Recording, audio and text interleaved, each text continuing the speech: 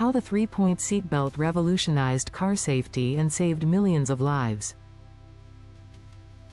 Nils Bohlin, a Volvo engineer, invented the three-point seatbelt in 1959 to address severe car crash injuries. Previous seatbelts only strapped the waist, causing injuries, while Bohlin's design secured both upper and lower body. Volvo made the life-saving decision to share the three-point seatbelt patent freely with all car manufacturers worldwide. This generous move allowed the three-point seatbelt to become standard, dramatically increasing driver and passenger safety globally. Like and follow for more fascinating stories.